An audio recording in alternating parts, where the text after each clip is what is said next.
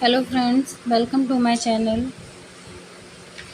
आज मैं आपको आयुर्वेद में जो हमारा सिलेबस है उसमें जो द्रव्य गुण विज्ञान है उसमें आज मैं आपको कुछ इम्पोर्टेंट द्रव्य के बारे में बताऊंगी। इसमें है मेधादि वर्ग। सबसे पहले जो नाड़ी संस्थान पर कर्म करने वाले द्रव्य होते हैं, जो हमारे नाड़ी संस्थान होते हैं उनमें ये कर्म करने वाले होते हैं। इस वर्ग में निम्न विभाग किए जाते हैं। जैसे जो मेध के लिए जो द्रव्य होते हैं मंडूक पर्णी शंख पुष्पी आदि होते हैं।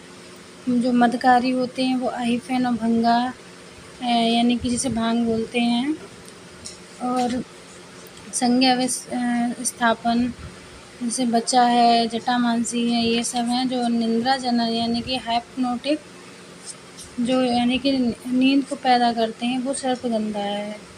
और निद्रा हर यानी कि जो निद्रा इससे नहीं आती है वो है तीसरे संशोधन आदि। और वेदना स्थापन, एनालिसिस और एनाडायनिस, पारसिक, यवानी, निर्गुंडी आदि हैं।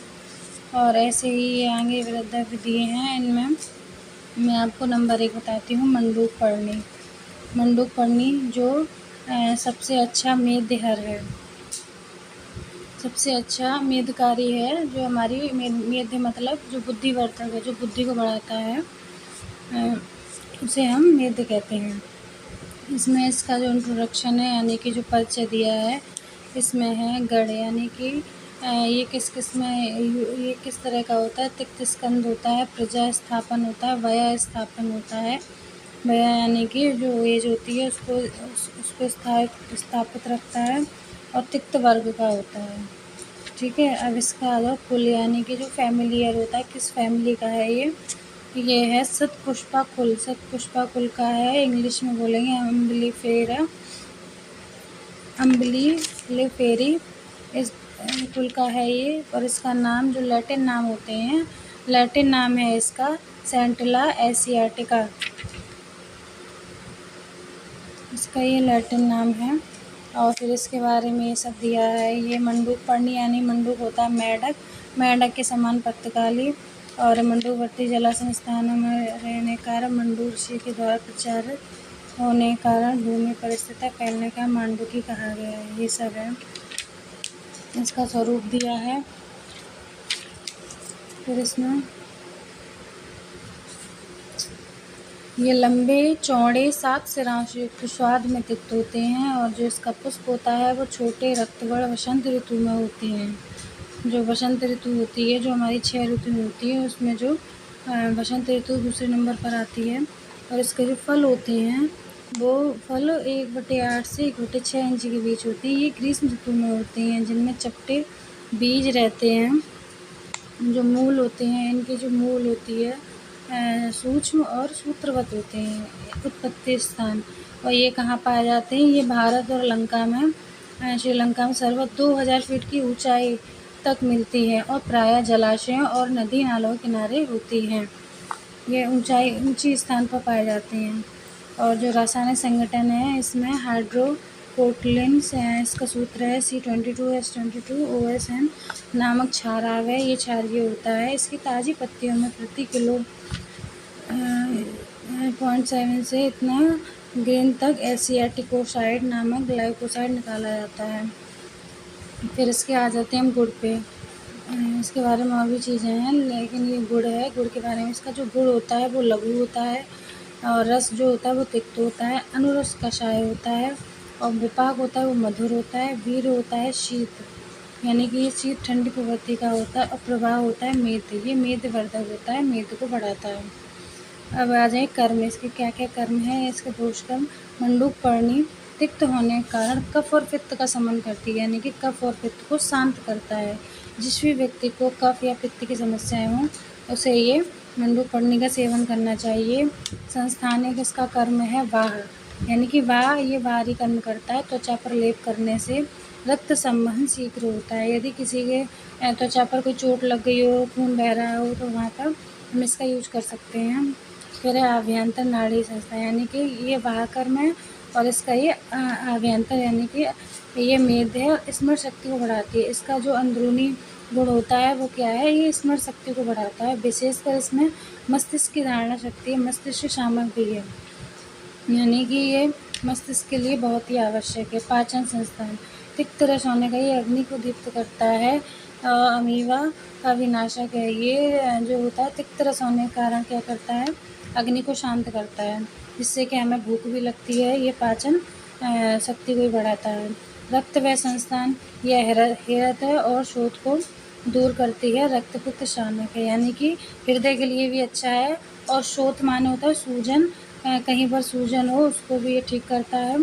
श्वसन संस्थान में भी ये कार्य करता है। तिक्त रस होने के कारण इसमें कफ का निःसरण सुविधा से होता है और स्वर साफ होता है। ये तिक्त होता है, यानी कि इस वजह से ये कफ को शांत करता है, और अगर कोई समस्या गले में है उसको भी शांत करता है। मूत्र व संस्थान, तिक्त होने से प्रमेग्न है, यानी कि प्रमेय को भी हरता है, ये ख़त्म करता है। प्रजनन संस्थान, मधुर विपाक और शीतवीर होने से स्तन जनन तथा तिक्त होने से स्तन शोधन है। मतलब ये प्रजनन संस्थान में भी काम करता है, जैसे कि शीत, मधुर और शीत होने के कारण ये स्तन जनन यानी कि स्तन दूध को पैदा करता है। यदि कोई माँ बच्चे को दूध पिलाती है तो उसमें दूध की बढ़ाता है और दूध का शोधन भी करता है, उसे साफ भी रखता है। फिर है त्वचा में है, इसमें त्वचा की रक्त वाहिनियाँ प्रसारित हो जाती हैं, अतः त्वचागत रक्त संवहन उत्तम होने से इसकी क्रिया विविध चर्म रोगों पर लाभकारी होती है। इसके व्रणों का शोधन एवं रोपण होता है। इससे इसका मतलब है ये त्वचा के लिए भी लाभकारी होता है, और इसमें जितने भी त्वचा पे चर्म रोग वगैरह कोई बीमारी हो, इससे व्रणों का शोधन एवं रोपण होता है।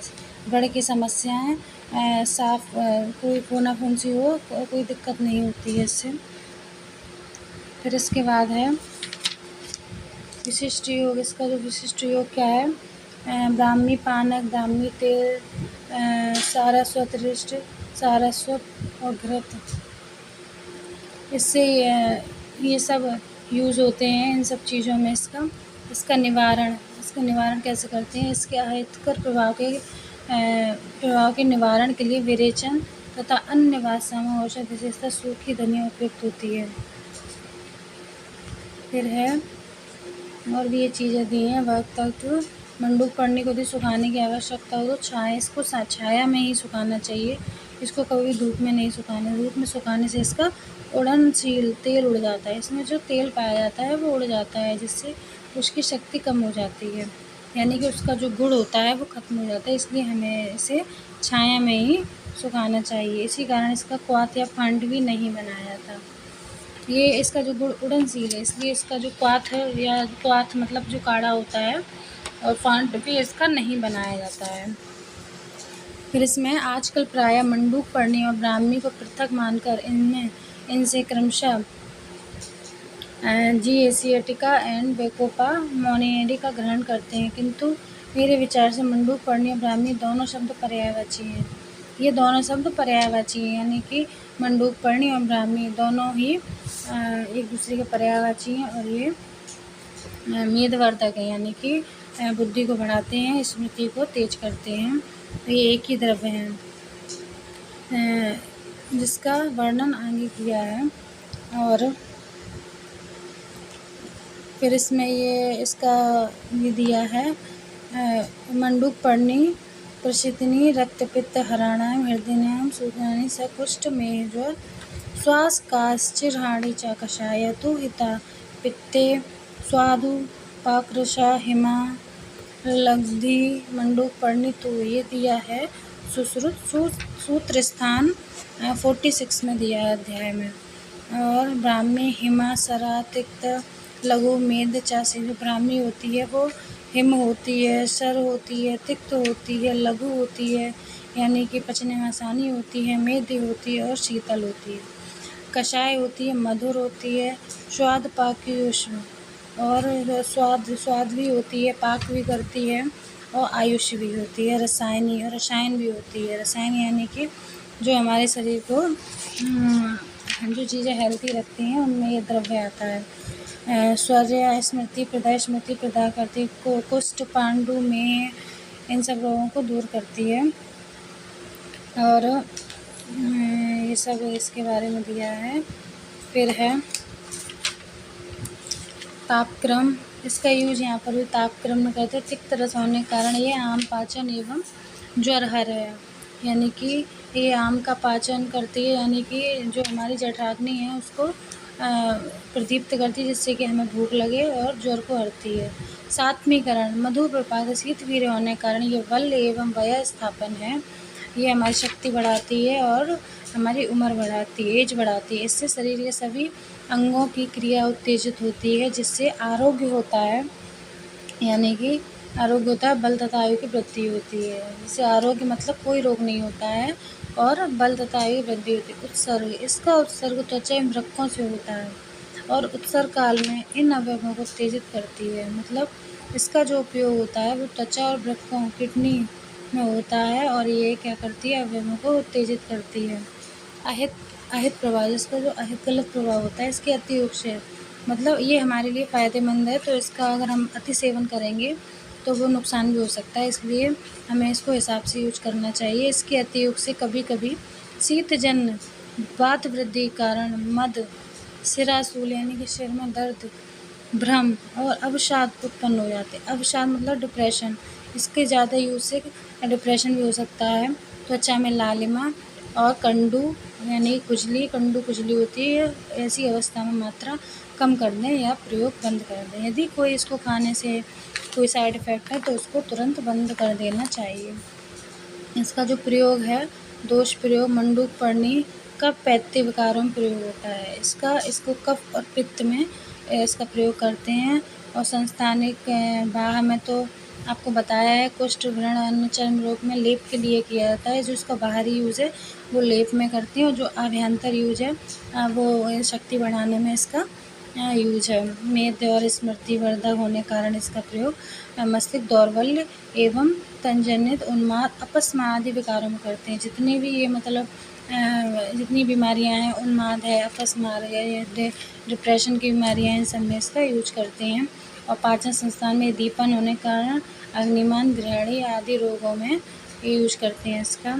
और रक्त व संस्थान में जो हृदय की दुर्बलता है, रक्तजन्य शोथ में यानी सूजन, इसका प्रयोग किया जाता है। इसके रक्त पित्त में भी रक्त पित्त जो बीमारी है उसमें भी इसका प्रयोग करते हैं। और स्वतंत्र संस्थान में बताया दिया है, काश श्वास है, काश माने खांसी, श्वास स्वर वेद में इसको देते हैं। प्रमेय में लाभकर है, ये प्रमेय मतलब डायबिटीज़ में लाभकर है। और प्रजनन संस्थान में बताया ही आपको, स्तन शोधन होने से प्रसव के बाद स्तन की कमी विकृति होने प्रयोग करते हैं। जब किसी जैसे जो कोई प्रजनन यानी कि अगर किसी का बच्चा पैदा होता है उसके बाद माँ को जो दूध की कमी हो जाती है इसे पूरी कर सकते हैं, क्योंकि ये दूध को बढ़ाता है और उसका शोधन भी करता है। और त्वचा में जैसे कुष्ठग्न होने के कारण कुष्ठ विशेषता ग्रंथि, कुष्ठ, जीर्ण, ब्लड तथा क्षयज गुण में प्रयुक्त होती है। फिरंग की द्वितीय अवस्था में विकार अवस्था, फिरंग मतलब ये भी एक तरह का मतलब स्किन डिजीज़ है, जब विकार त्वचा एवं कला में अधिष्ठित होता है तथा इसके प्रयोग से लाभ होता है। गंडमाला, स्लीपद आदि में उपयोगी है। गंडमाला भी गले में रोग होता है। और स्लीपद यानी कि स्लीपद मतलब जो हाथी पाँव हो जाता है स्लीपद कहते हैं, उसमें भी उपयोगी है। तापक्रम, इसमें भी है। सात्मीकरण, वय स्थापन बल होने से सामान्य दौर्बल्य में रसायन के रूप में प्रयोग करते हैं।